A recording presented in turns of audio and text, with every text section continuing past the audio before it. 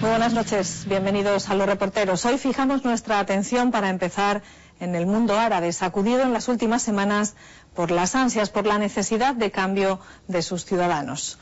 Túnez primero, Egipto después, con protestas que han acabado violentamente, Yemen.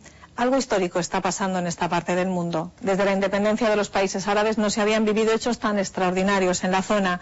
¿Y dónde acabará todo esto? ¿Habrá cambios reales? ¿Hasta dónde llegarán las revueltas? En el siguiente reportaje reflexionamos sobre las causas que han llevado a esta sociedad a exigir derechos, a pedir democracia al margen de confesiones religiosas y condiciones sociales.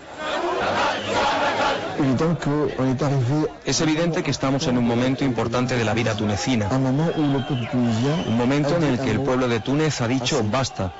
El 17 de diciembre, cuando Mohamed Bouaziz se prendió fuego, ese no fue el principio.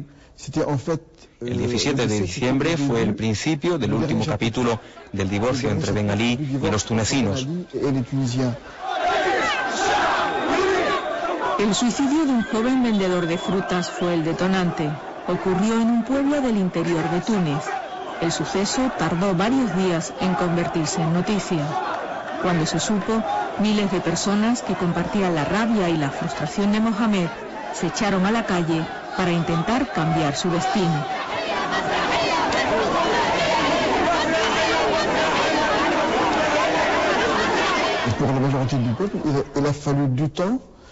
La mayoría del pueblo ha necesitado más tiempo para tomar conciencia. Y esa toma de conciencia se logra observando y sufriendo los actos del presidente depuesto. Primero políticos, y luego se ha visto la otra faceta que ha llegado a ser dominante con el tiempo, que es la corrupción. No teníamos un presidente dictador y un poco ladrón. Hemos descubierto que teníamos un presidente ladrón, dictador y sanguinario al mismo tiempo. Es una oleada de protestas que no se conocían así de manera simultánea desde hace mucho tiempo en esos países. Es la primera vez que esto ocurre como efecto o por resultado de las protestas, que no sea por un golpe de Estado o por otro tipo de mecanismo, ¿no? Y bueno, han alcanzado Egipto, que es el país lógicamente más importante y más poblado, o sea que estamos ante acontecimientos históricos muy importantes. Primero fue en Túnez. La llamada revolución de los jazmines expulsó del poder al presidente Ben Ali.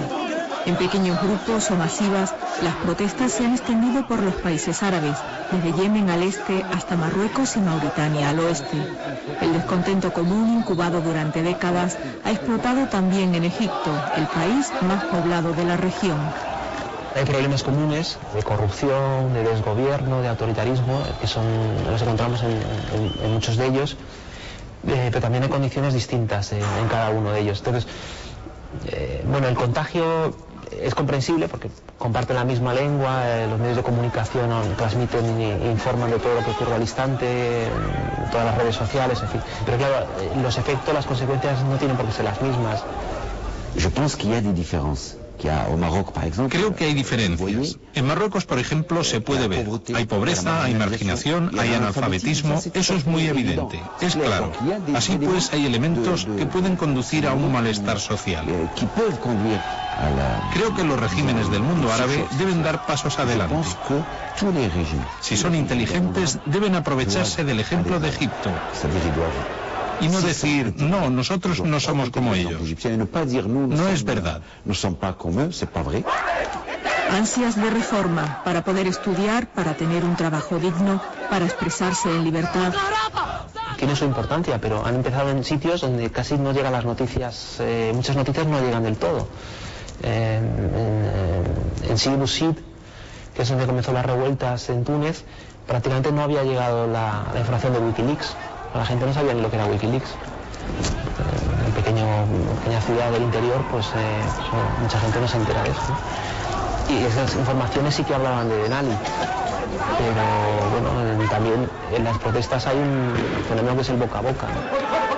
Internet es extraordinario, Pero no creo que... La prueba está en Egipto. Lo han bloqueado. Bueno, es ridículo, pero han bloqueado Internet. Han parado los trenes y las protestas han seguido. Porque de verdad es el cambio. Es la estructura social y es la sociedad la que ha tomado conciencia de su futuro, de la importancia de apropiarse de su futuro. Pero no es Internet el que va a provocar los cambios. Internet facilita la comunicación, facilita la movilización, pero no es una herramienta mágica. Modernidad y falta de desarrollo. Sociedades empobrecidas en países donde la riqueza se la reparten unos pocos. La corrupción es un fenómeno fundamental y muy potente en el mundo árabe. Desde el occidente al oriente, es así. Y la corrupción no es un problema técnico o administrativo en el mundo árabe. No es un problema únicamente de gestión legal, de control. Es un problema de control político. Cuando la justicia no es independiente, cuando el poder político no está controlado, ¿cómo va usted a controlar la corrupción? Porque los corruptos se ponen bajo la protección del poder político o corrompen a la justicia.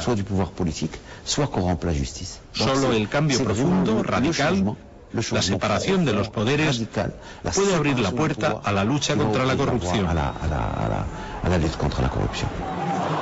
Pueblos donde la religión juega un papel destacado. Desde Europa, desde el llamado Occidente, decir países árabes es casi sinónimo de decir países islámicos. Creo que en Europa hay un error muy grave en la visión del mundo árabe. Durante mucho tiempo se nos ha percibido a través del prisma religioso, fijándose en el velo o en cuestiones muy marginales como las lapidaciones, etc. Y en un momento dado no se nos ha querido ver como sociedades en transformación. ¿Qué quiere decir esto?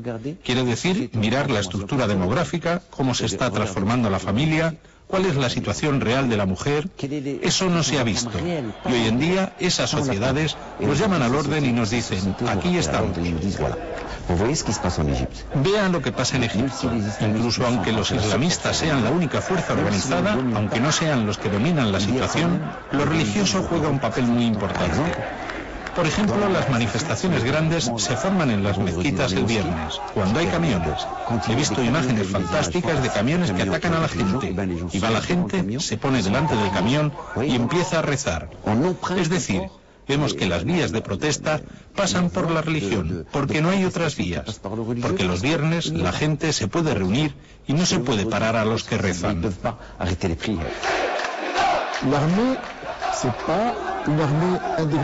El ejército tunecino no está implicado en el poder.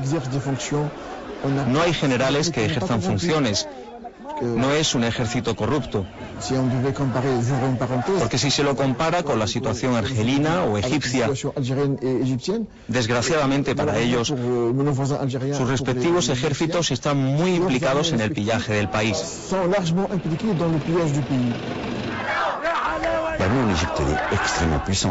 El ejército en Egipto es muy poderoso, no como en Túnez o en otros países. El ejército está intentando frenar el movimiento, lo que pasa en Egipto. A pesar, por supuesto, de su discurso de que no va a golpear, no va a reprimir, pero la realidad es que hay un bloqueo, porque intenta no facilitar las manifestaciones e intenta hacer todo lo posible para parar el movimiento social. Así que el ejército es vital.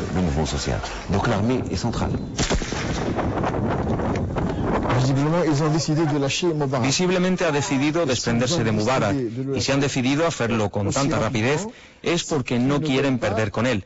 Es decir, están dispuestos a sacrificarlo, pero para preservar lo esencial, es decir, sus intereses y su posición. Países gobernados de manera autoritaria. La democrática Europa ha cerrado los ojos ante la falta de libertades de sus aliados del sur. La opinión pública europea tiene que estar muy confundida porque de repente se cae ese discurso de que estos regímenes ayudaban a contener el islamismo, eran positivos, mantenían la estabilidad, y ahora vemos que de estabilidad nada, ¿no? Ahora hay que quitarse la venda y ver las cosas de otra manera, ¿no? Lo que lamento es la posición de Occidente y de Europa, que sigue teniendo una visión únicamente geoestratégica, que solo ve las cosas en función de Israel y que no repara en la demanda de modernidad y de democracia de la población. Hemos visto que con la anterior estrategia, que consistía en hacerse amigo de regímenes corruptos y autoritarios, no se ha llegado muy lejos. El discurso este de vamos a mantener a estos regímenes porque contienen el islamismo y además ayudan al proceso de paz, pues ya no se lo cree nadie. Al contrario, uno puede pensar el islamismo ha crecido a causa de estos regímenes, ¿no? Y por otro lado, el proceso de paz tampoco ha llevado a ninguna parte por apoyar a regímenes como el de Mubarak, ¿no? Que es el gran mediador en la zona, ¿no? Cientos de miles de personas en Túnez, en Saná o en el Cairo, en marchas, concentraciones y vigilias, de día y de noche. En las calles es la hora del pueblo. La gente grita a los cuatro vientos sus demandas: libertad, trabajo, justicia, democracia. Fuera de los focos, en despachos, cancillerías o por conferencias vía satélite, la actividad también es incesante. El futuro de los países árabes está lleno de incógnitas.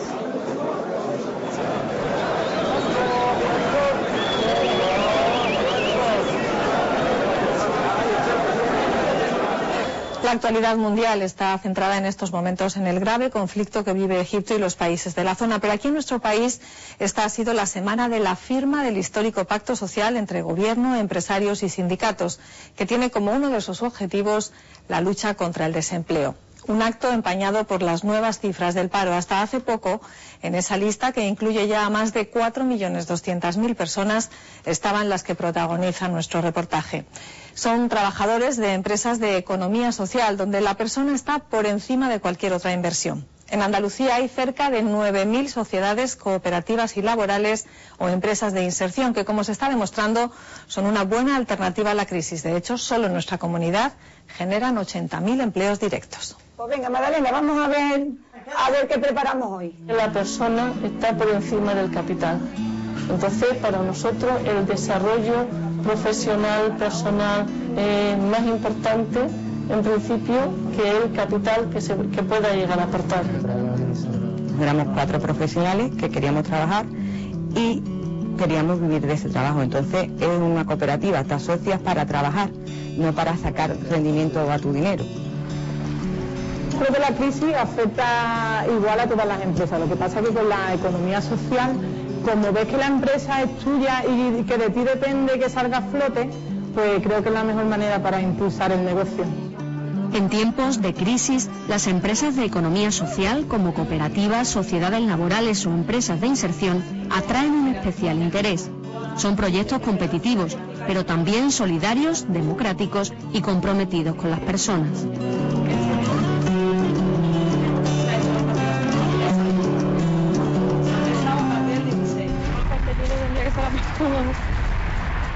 Nosotras trabajamos con 3 tipos de algas, que es la lechuga de mar o la ulva, el nombre científico, la enteromorfa o aonori y la gracilaria o gonori.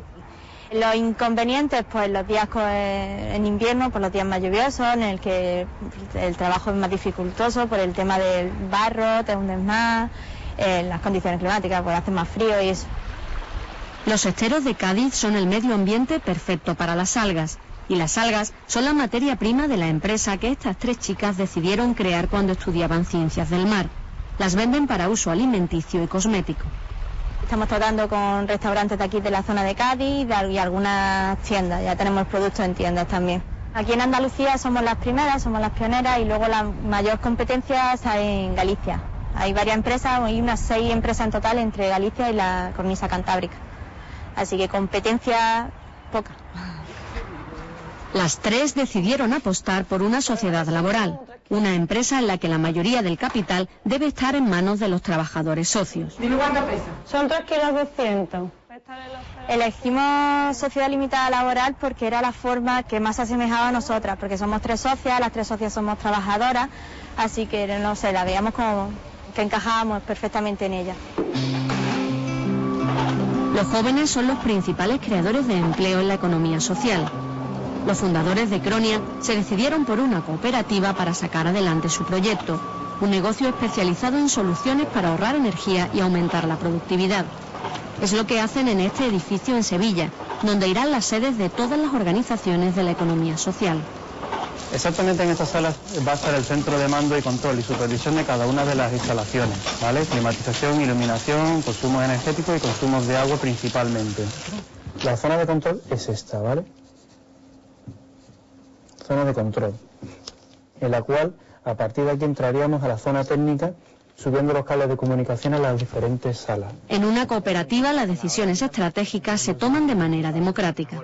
Cuando ya vemos que la discusión no nos va a llevar a ninguna parte, cerramos los libros, nos levantamos de la mesa y dejamos pasar 24 horas como mínimo, y hasta el momento, cuando nos hemos vuelto a sentar en la mesa, siempre hemos llegado a un acuerdo. Que tenemos que crecer de manera equilibrada. Nosotros apostamos por un sistema público en el que creemos que tenemos una aportación que hacer, ¿no? Es el Consejo Rector de Claros, una cooperativa que ofrece servicios de atención a domicilio a personas mayores y dependientes. Es quizá ahora mismo la empresa cooperativa más grande de Andalucía. Tenemos en total 2.400 trabajadores y geográficamente estamos en 6 de las 8 provincias andaluzas, en Valencia, Teruel y Madrid. En Andalucía hay unas 9.000 empresas de economía social, que generan 80.000 empleos directos. Aquí está el corazón del servicio que ofrece Claros. Los coordinadores reciben las solicitudes de atención a domicilio y organizan el trabajo. La compañía es el resultado de la fusión de 5 cooperativas más pequeñas, y los 30 socios actuales comparten responsabilidades y trabajo por igual. Se trata de una pirámide invertida, donde los socios trabajadores están en la parte de arriba, la base está arriba, y esa base, que forma una asamblea, la asamblea de socios, es la que dirige en realidad la cooperativa y toma las decisiones fundamentales. Por eso mismo, la formación es vital. Si nosotros queremos llevar las riendas, tenemos que ser personas preparadas, ¿no? Entonces ahora, este año, hemos implantado un plan extraordinario de formación para las socias. La idea central es poner a todas las socias que no están en la puerta de la universidad. En este estanque con agua salada, esterilizada o clorada, lo que hacemos es una prelavado de las algas con su depuración, y durante un tiempo de depuración pasamos ya a lo que es el lavado exhaustivo en la zona de lavado. En la sociedad laboral, una parte de los beneficios tiene que quedarse en un fondo de reserva. Además, tiene bonificaciones fiscales, facilidad para subvenciones y otras ventajas. La forma jurídica que permite que las tres estemos en el mismo plano, tanto cotizando y que seamos socios y trabajadoras, pues la sociedad limitada laboral. El capital social, que es propiedad de los propios trabajadores, y esto en los tiempos que corremos. Y cuando tu propia empresa es un sueño y una ilusión, la verdad que es súper importante. Las algas se venden al natural o deshidratadas, un formato que se consigue en esta cámara. Hicimos un poco una investigación de cómo artesanalmente en Japón, que son los más consumidores de algas, cómo ellos artesanalmente deshidratan el producto.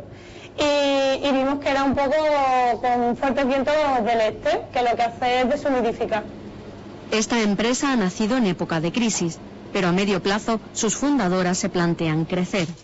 Hacer un poco una ampliación del número de especies y el número de productos, y luego tener nuestro propio estero en el que podamos controlar nosotros lo que son la entrada y salida de agua para renovación, para tener más controladas las algas, hacer el cultivo de algas. Nosotros hemos colaborado en la parte esta del movimiento del brazo mecánico que coge los contenedores y los deposita en la cuba de agua donde se hace la limpieza. Cronia nació gracias a la crisis. Sus socios trabajaban en una empresa del mismo sector a la que le iba mal. En vez de ponernos a buscar un nuevo trabajo en otra empresa que fuera similar, lo que decidimos es montar nuestra propia empresa. Había llegado ya el momento de empezar a gestionar nuestro propio trabajo de la forma que nosotros lo entendíamos. Las empresas de economía social aguantan la mala situación económica mucho mejor. En 2010 se han creado en Andalucía casi 500 cooperativas o sociedades laborales.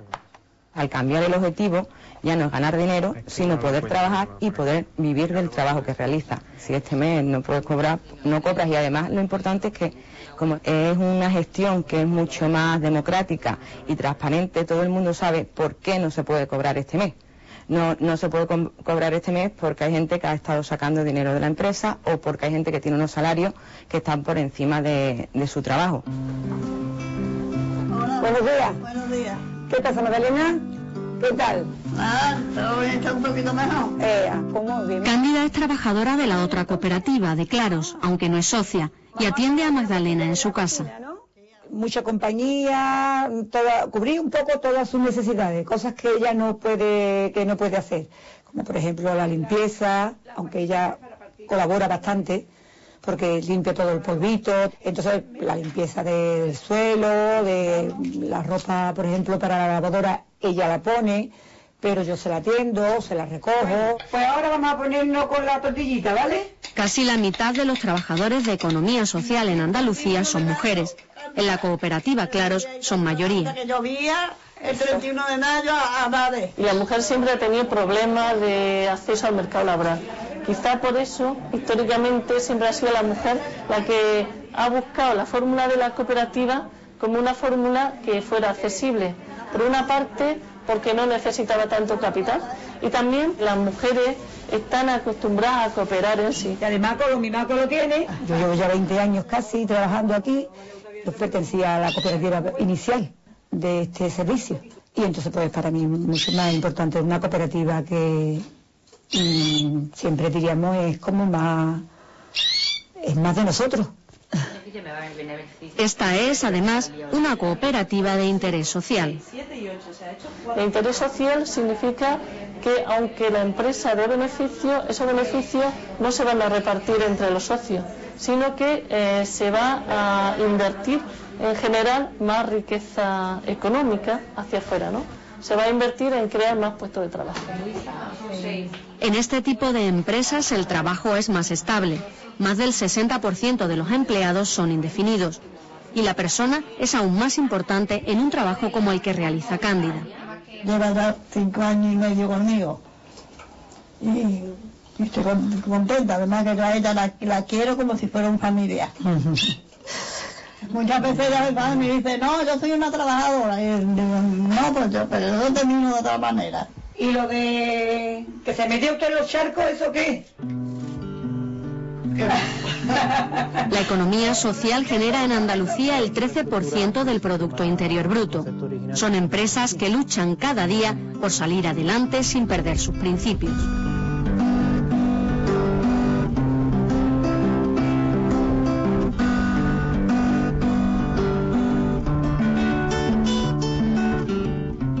En todas las encuestas el paro aparece siempre como la mayor preocupación de los españoles, pero en realidad lo que verdaderamente hace temblar los cimientos de nuestra vida es la enfermedad, y más cuando se trata de cáncer. Tenemos miedo incluso a pronunciar la palabra. Ayer se celebró el Día Mundial del Cáncer, una enfermedad que acabará padeciendo más de la mitad de la población. Es por tanto imprescindible investigar en este campo. Y Andalucía puede acabar siendo un referente mundial cuando esté a pleno rendimiento el Centro de Genómica e Investigación Oncológica de Granada, un proyecto en el que ya hay varias líneas abiertas de investigación y todas centradas en el estudio genético de las células del paciente para acabar consiguiendo tratamientos individualizados. El temor al cáncer se ha transmitido de generación en generación. Es un tumor atávico y tan antiguo que casi podría hablarse de un miedo genético. Miedo al dolor, a la inhabilitación y, en el peor de los casos, miedo a la muerte. Y sin embargo es precisamente en nuestro código genético donde la investigación oncológica hallará, en un plazo quizá no muy lejano, la solución definitiva a una enfermedad que crece a medida que aumenta nuestra esperanza de vida. En este nuevo siglo, la mitad de la población desarrollará algún tumor cancerígeno.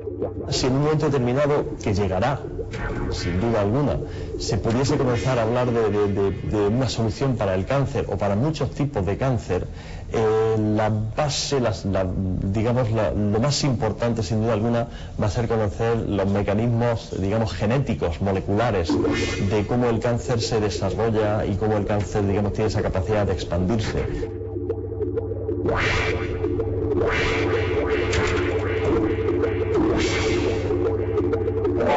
Nuestro cuerpo alberga billones de células, pero cada una de ellas es una entidad independiente que posee un ADN propio e individualizado, un código genético que determina, por ejemplo, qué función vital tiene encomendada en el organismo.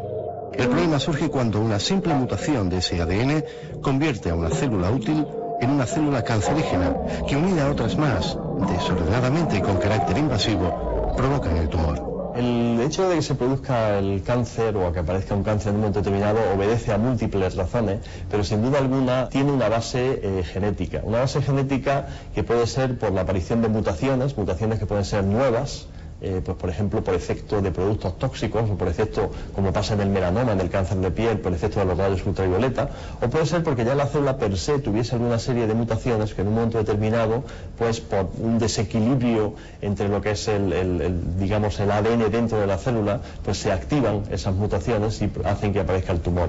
El cáncer, por tanto, no es, en un sentido estricto, una única enfermedad que se comporte siempre de igual manera. El término cáncer engloba en realidad cientos de enfermedades con una base genética extraordinariamente variable. Aunque todos los cánceres de un mismo tipo, estamos hablando de manera general, respondan a una misma serie de características que puedan ser vistas en un microscopio, si nosotros profundizamos desde el punto de vista genético, van a tener una serie de variantes que hace que los tratamientos estandarizados, pues unas veces funcionen mejor, otras veces funcionen peor, incluso otras veces ni siquiera funcionen. Es donde nos encontramos con esa variabilidad que realmente existe en la práctica entre dos personas que, teniendo lo mismo, pues una persona supera la enfermedad sin ningún problema y otra persona o tarda mucho más tiempo en superarla o incluso no la supera.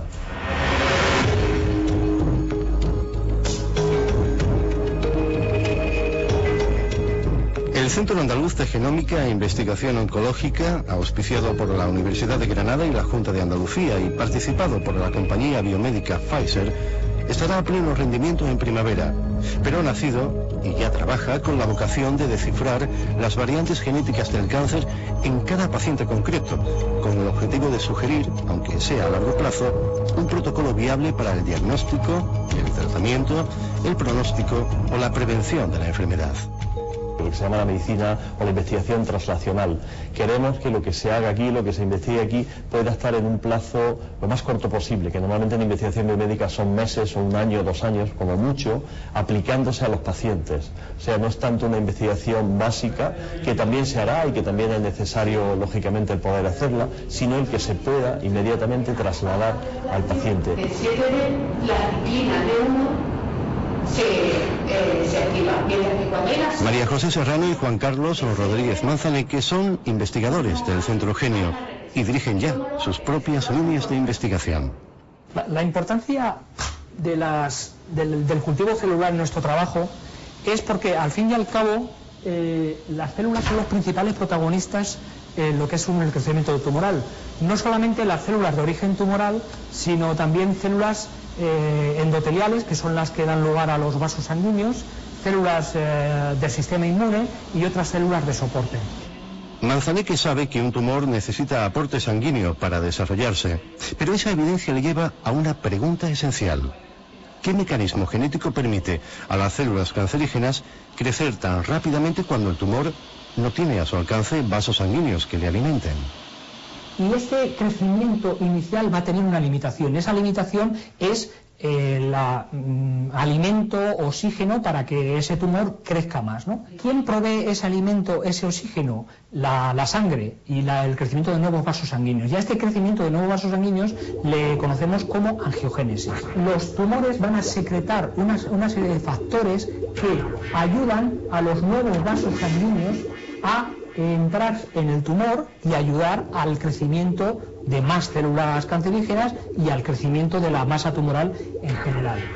Este fenómeno de la angiogénesis puede ser un fenómeno especialmente atractivo para generar nuevas terapias contra el cáncer. Si nosotros consiguiésemos que los tumores no pudiesen tener un gran crecimiento de las arterias y de las venas, básicamente, el tumor no podría crecer tan rápido, o incluso si consiguiésemos de manera específica bloquear el crecimiento de arterias y venas de los tumores, pues el tumor podría llegar a morir.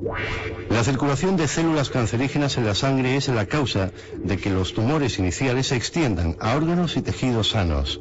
Y eso representa, en el fondo, el peor diagnóstico posible, la metástasis.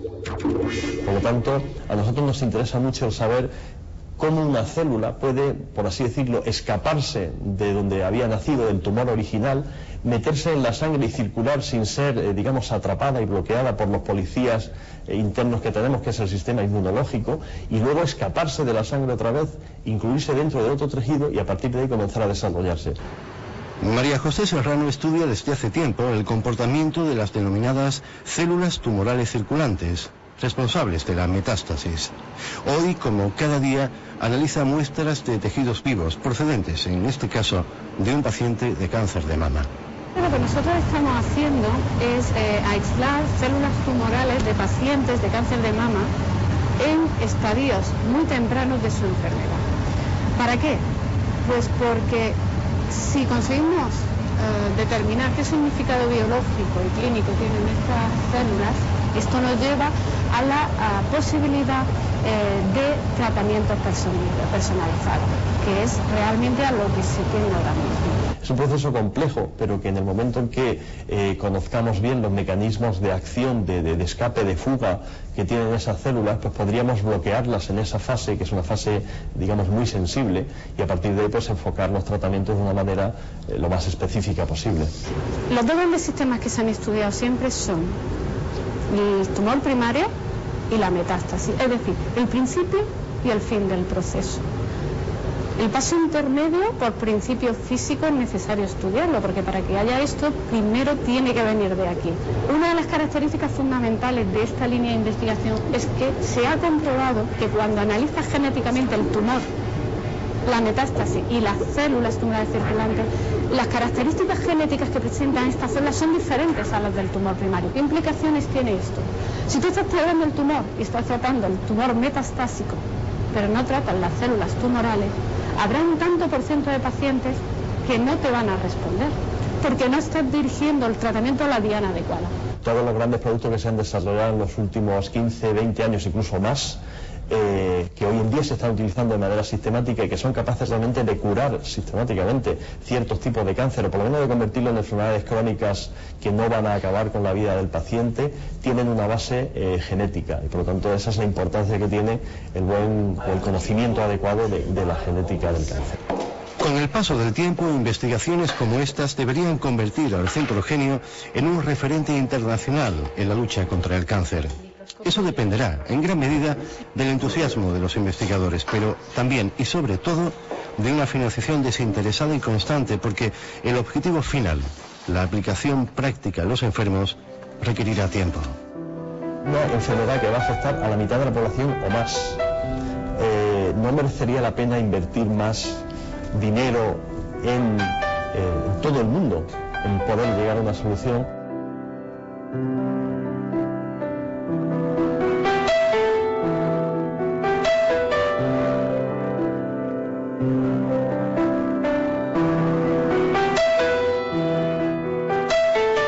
En el aire queda esta pregunta y la que todos nos hacemos a continuación: ¿cuándo llegarán esos avances a los pacientes?